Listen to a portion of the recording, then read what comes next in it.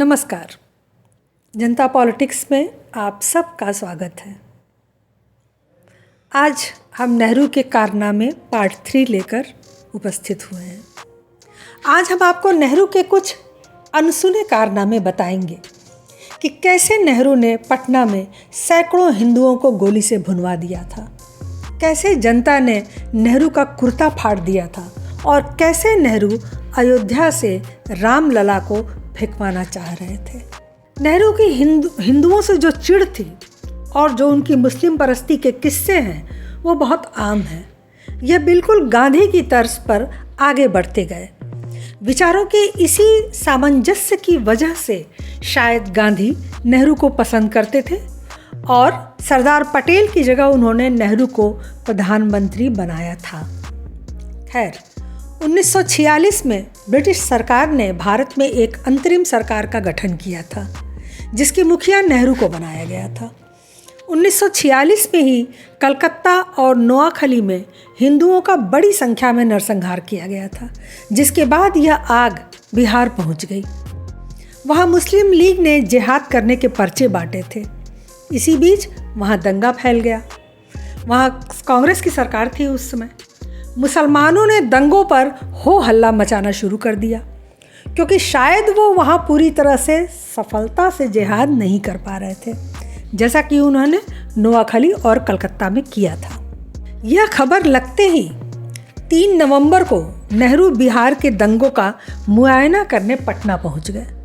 वहाँ उन्होंने दंगा क्षेत्रों का दौरा किया, मुसलमानों को ढांढस बंधाया और हिंदुओं को खूब खरी खोटी सुनाई। यहाँ तक कि उन्होंने हिंदुओं पर हवाई हमले यानी बमबारी की धमकी भी दी। उनका यह वक्तव्य सेलेक्टेड वर्क ऑफ नेहरू के वॉल्यूम 2 में छपा है। नेहरू ने धमकी देते हुए कहा कि सरकार की तरफ से शांति बहाल करने के लिए कड़े कदम उठाए जाएंगे। जवाबी कार्रवाई बंद नहीं होती है तो हवाई बमबारी का सहारा लिया जाएगा। सरकार किसी भी कीमत पे शांति बनाए रखेगी। नेहरू की इस बात से सेना के हौसले बुलंद हो गए। इसके बाद बिहार के गांव में एक ऐसी घटना हुई जो इतिहास में न तो पहले कभी हुई थी और न आज तक हो सकी है। पटना के एक गांव नगर नौसा में मद्रास रेजिमेंट के सैनिकों ने हिंदुओं की भीड़ पर ज़बरदस्त फायरिंग कर दी, जिसमें 400 हिंदू भून कर रख दिए गए। सेना ने कहा कि भीड़ बेकाबू हो गई थी, इसलिए गोलियां चलाईं। इसके बाद बिहार में भयानक आक्रोश सरकार के खिलाफ फैल गया। कुछ लोगों का दावा था कि यहाँ 1000 से अधिक हिंदू मारे गए हैं और यह फायरिंग नेहरू के आदेश पर हुई है। लेकिन नेहरू ने केवल 50 लोगों की मरने की खबर को साबित किया। लेकिन सच का पता नेहरू की लिखी चिट्ठी से मिलता है, जो उन्होंने पद्मजा नायडू को, जो कि सरोजनी नायडू की बेटी थी और नेहरू से उनके बहुत घनिष्ठ संबंध थे। यह भी बताया जाता है कि नेहरू उनसे शादी करना चाहते थे। पद्मजा नायडू को पटना से लिखे अपने पत्र में नेहरू ने लिखा, माय डियर, आज शाम मैं भागलपुर से हवाई मार्ग से लौटा। आने पर मुझे पता चला कि सेना ने यहाँ से कुछ मील की दूरी पर ग्रामीण इलाकों में किसानों की भीड़ पर गोलियां चलाईं, जिसमें करीब 400 लोग मारे गए। आमतौर पर इस तरह की खबर ने मुझे डरा दिया होता, लेकिन क्या तुम इस बात पर विश्वास करोगी कि ये सुनकर मुझे राहत मिली। शायद इसलिए क्योंकि हम परिस्थितियों के साथ बदल जाते हैं। इस घटिया मानसिकता को देखिए। 400 लोगों के मरने पर इन्हें राहत मिली। क्या कभी दुनिया में किसी देश के प्रधानमंत्री को अपनी ही जनता पर बमबारी की धमकी दे और बहुसंख्यकों के मरने पर राहत महसूस करे? आपने कभी सुना है, देखा है? नेहरू पत्र में आगे लिखते हैं कि हिंदू किसानों की भीड़ ने ऐसा बर्ताव किया जो क्रूरता और अमानवीयता की चरम सीमा है। मैं नहीं जानता कि इन किसानों ने कितने लोगों को मौत के घाट उतारा है, लेकिन यह तय है कि ये एक बड़ी संख्या होगी। इन्होंने बिना रुकावट के हिंसा की। इसलिए जब यह खबर आई कि इन्हें रोक दिया गया है और उनमें से 400 की मौत हो गई है, तो मुझे लगता है कि ये बैलेंस बहुत कम है। इसका क्या मतलब था कि यह बैलेंस बहुत कम है? क्या 10,000 हिंदू किसान मारे जाते तब बैलेंस बराबर होता, या 1 लाख? हर मंच पर नेहरू ने सेना के इस काम को जस्टिफाई किया। बिहार के हिंदू नेहरू से बुरी तरह नाराज़ हो गए थे, जिसके बाद नेहरू ने बिहार के मुख्यमंत्री पर दबाव बनाया कि आप स्पष्ट करें कि मैंने इस फायरिंग का आदेश नहीं दिया था। रामधारी सिंह दिनकर, जिसे नेहरू ने राज्यसभा का सदस्य बनाया था, उन्होंने अपनी किताब लोकदेव नेहरू में नगर नौसा की फायरिंग के बारे में लिखा है कि 1946 में जब बिहार में दंगे शुरू हुए तो नेहरू पटना आए थे। वो अपनी देखरेख में फौजियों से काम ले रहे थे। इसी बीच नगर नौसा गांव में फौजियों ने गोली मारकर सैकड़ों हिंदुओं को मौत के घाट उतार दिया। इससे पटना में बहुत आक्रोश फैल गया। इसी बीच पंडित नेहरू भाषण देने के लिए पटना के सीनेट हॉल पहुंचे।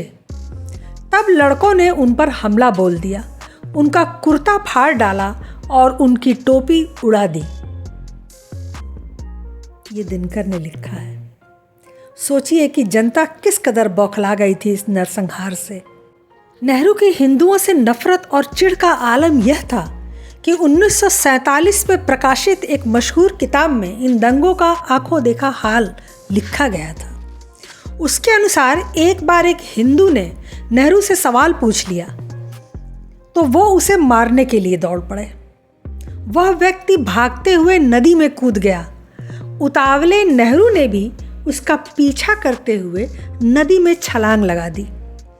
किनारे पर हजारों हिंदू और पुलिस अधिकारी इस हास्यास्पद दृश्य को क्रोध और अपमान के साथ देख रहे थे। अब आप सोचिए, देश का अंतरिम प्रधानमंत्री एक आम हिंदू को मारने के लिए नदी में छलांग लगा देता है, वो भी हजारों लोगों के सामने। कितनी शर्मनाक घटना है। क्या उस व्यक्ति की इज्जत रही होगी? नेहरू बिहार से मुसलमानों को बचाने के लिए चले गए बिहार, लेकिन हिंदुओं को बचाने के लिए कभी नोआखली नहीं गए।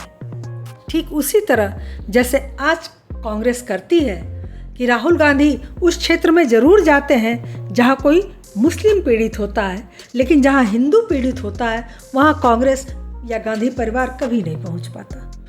दूसरी घटना अयोध्या के रामलला मंदिर की है, जहां आज भव्य मंदिर बन रहा है। नेहरू उस जगह का नामो निशान मिटा देना चाहते थे। ये बहुत कम लोगों को पता है। 22 दिसंबर 1949 में अयोध्या में जिस जगह मंदिर तोड़कर बाबरी मस्जिद बनाई गई थी, वहां अचानक रात में रामलला की मूर्तियां प्रकट हो गईं। सुबह तक यह खबर आग की तरह फैल गई और लगभग 5,000 लोग वहां इकट्ठा होकर खुशियां मनाने लगे। भजन कीर्तन होने लगा। इस बात से नाराज़ होकर यूपी के मुसलमानों ने तार भेजकर नेहरू से शिकायत की। इसके बाद का वर्णन वरिष्ठ पत्रकार हेमंत शर्मा की किताब युद्ध में अयोध्या में लिखा गया है। अयोध्या की खबर मिलते ही नेहरू ने तत्काल प्रदेश के मुख्यमंत्री श्री गोविंद वल्लभ पंत और गृह मंत्री श्री लाल बहादुर शास्त्री से मूर्तियों को तत्काल अयोध्या से हटाने का निर्देश दिया। कई संदेश भेजने के बाद 25 दिसंबर को यह तय किया गया कि रामलला की मूर्तियों को गर्भगृह से हटाकर राम चबूतरे पर रख दिया जाएगा। मतलब सिर्फ 2-3 दिनों के अंदर इतना दबाव बना कि गर्भगृह से मूर्तियों को बाहर निकालने का निर्णय लेना पड़ा। लेकिन नेहरू की इस इच्छा का एक व्यक्ति ने भरपूर विरोध किया और वह अड़ गया। वो थे के नायर, जो फैजाबाद के तत्कालीन डीएम थे। रामलला को बचाने के लिए वो देश के पीएम से भिड़ गए। 26 दिसंबर को उन्होंने मुख्य सचिव को एक पत्र लिखा और उसमें लिखा कि अगर मूर्तियां वहां से हटाई गईं तो क्षेत्र में भयंकर अशांति फैल जाएगी। इसे विधि विधान से हटाने के लिए मुझे कोई योग्य पुजारी नहीं मिलेगा। जो अपने जीवन और मोक्ष को दांव पर लगाने के लिए तैयार हो, और अगर इसे किसी भी मनमाने ढंग से वहाँ से हटाया जाता है तो परिणाम स्वरूप हिंदुओं के भयंकर विरोध का सामना करना पड़ेगा। तो क्या मुझे सरकार यह बताए कि क्या सरकार इस स्थिति से निपटने के लिए पूरी तरह तैयार है?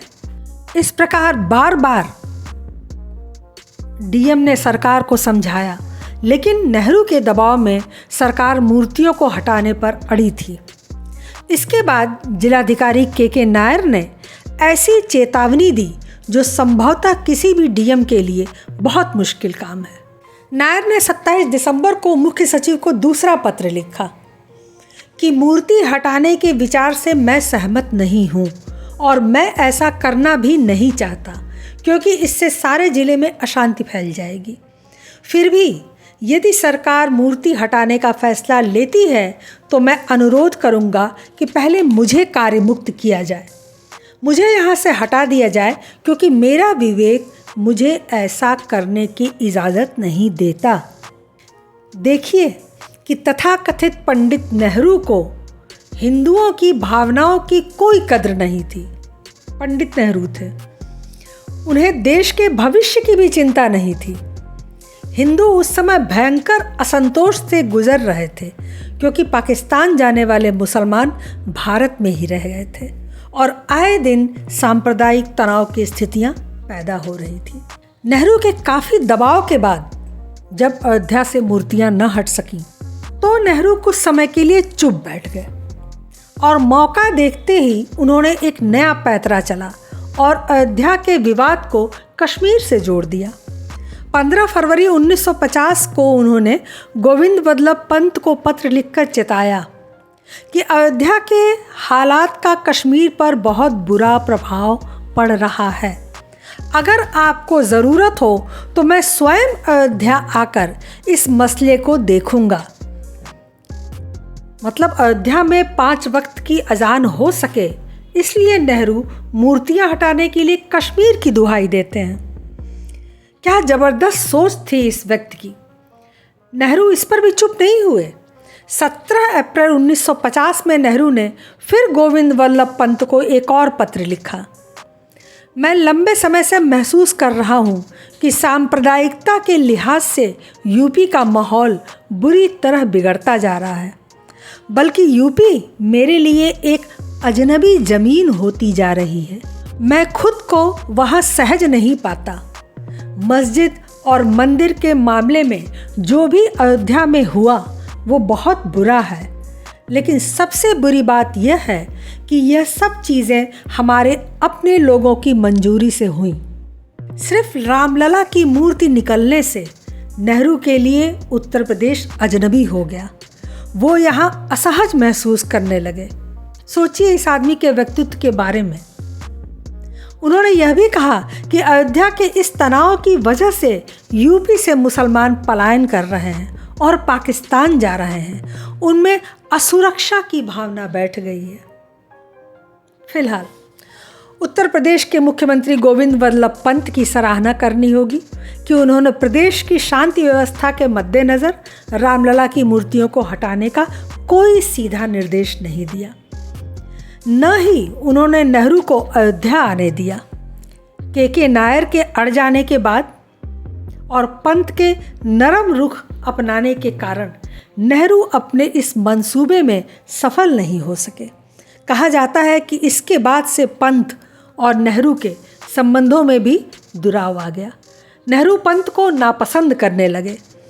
तो ये थे देश के पहले प्रधानमंत्री जवाहरलाल नेहरू, जिनकी कारस्तानियाँ उन्हें प्रधानमंत्री क्या एक नेता बनने के लिए भी योग्य नहीं ठहराती। आज के एपिसोड में इतना ही। हमारे चैनल को सब्सक्राइब करें, लाइक करें और सभी प्लेटफॉर्म पर शेयर करें। अपने विचार हमें कमेंट बॉक्स में ज़रूर दें। धन्यवाद। नमस्कार।